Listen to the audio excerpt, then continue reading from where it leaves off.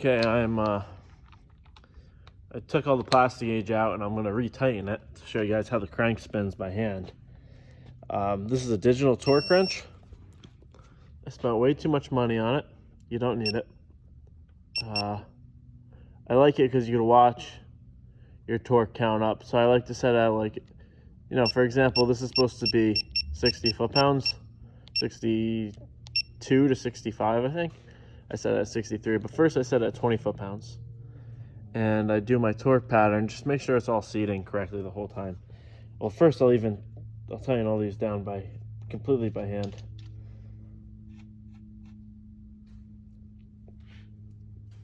And then I'll start here.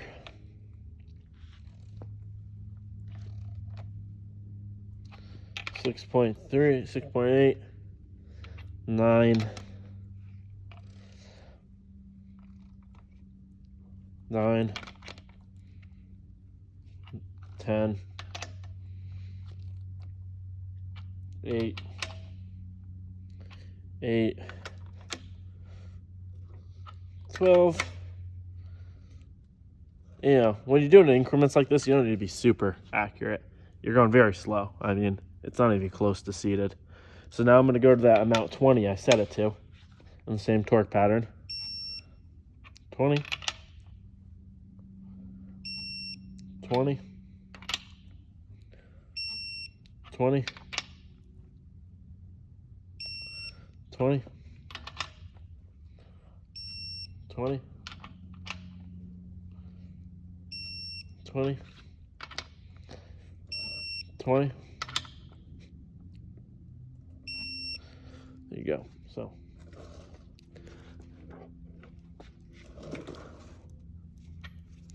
now I'm gonna bring it up to about 45, you know, almost all the way up to where we need to be. Same thing.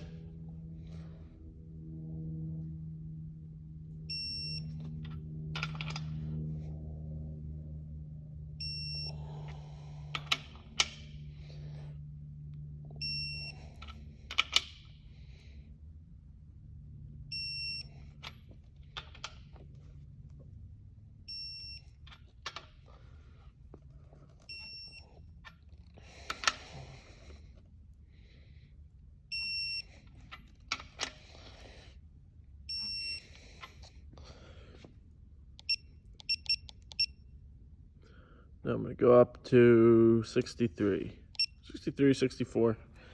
Doesn't matter. I guess I can start with this one now. Do it a little bit different.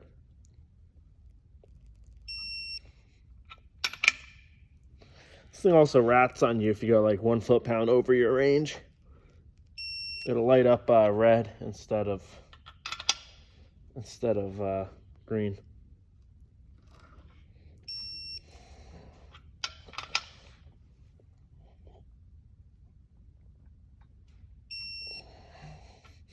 The reason I got this torque wrench was because it has degrees, which is critical for doing the head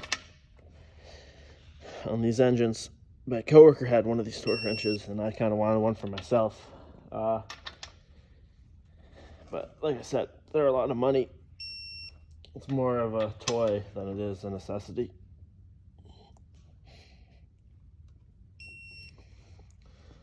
Okay. Now this is not the final install. If it was, I'd do all these again. I'll do it just for shits and giggles, as they say. Just make sure that everything's seated.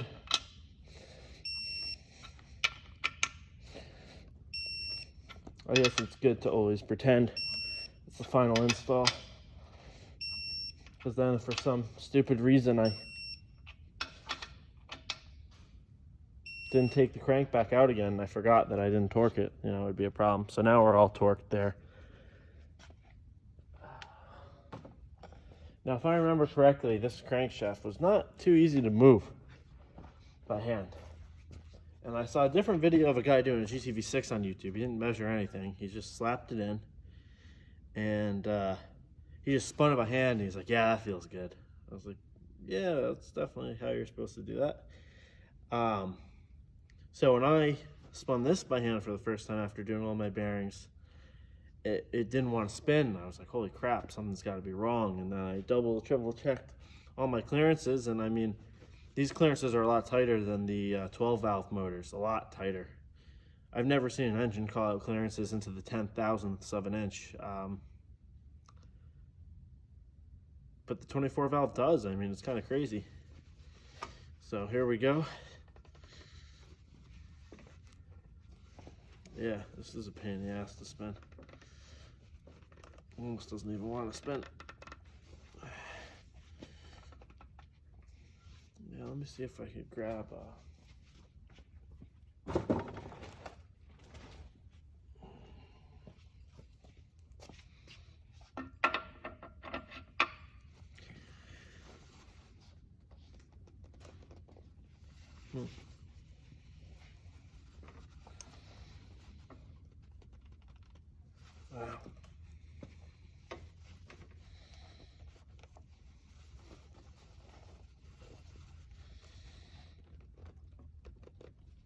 Sometimes you just need to break the friction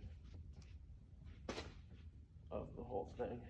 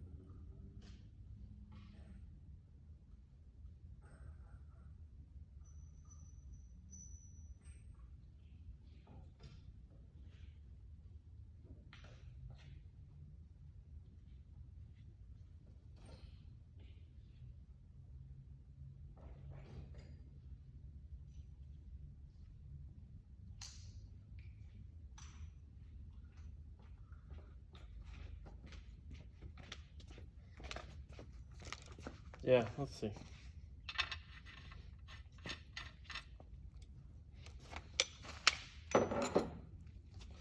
Usually you just need to break the friction and then it'll spin nice.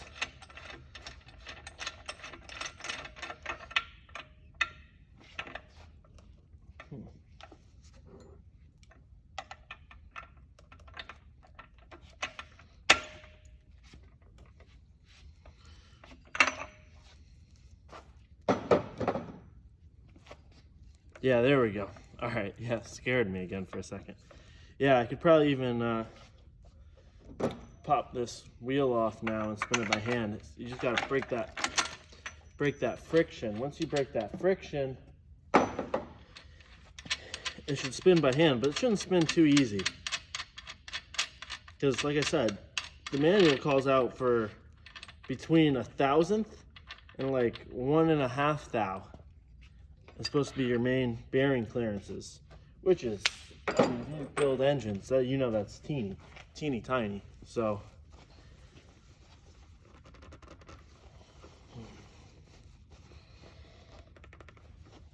again, it's going to be a pain in my butt.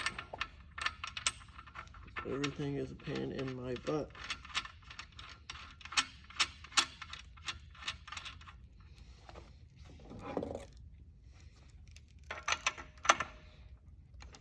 There we go. Spin.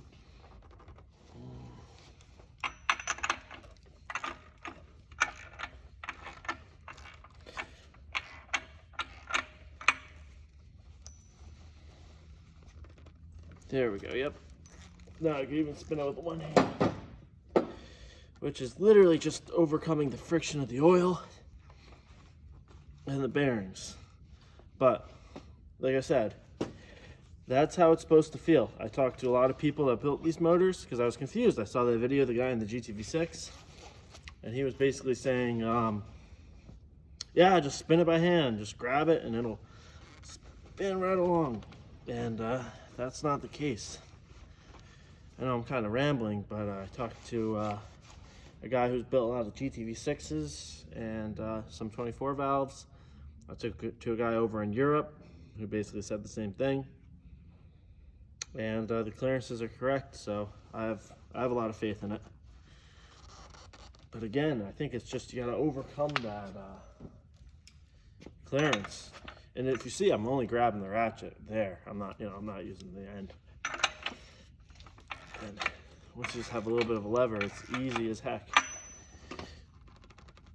But yeah, so 15W50 oil doesn't help it any either. But yeah, so that's what it should feel like once your tolerances are set.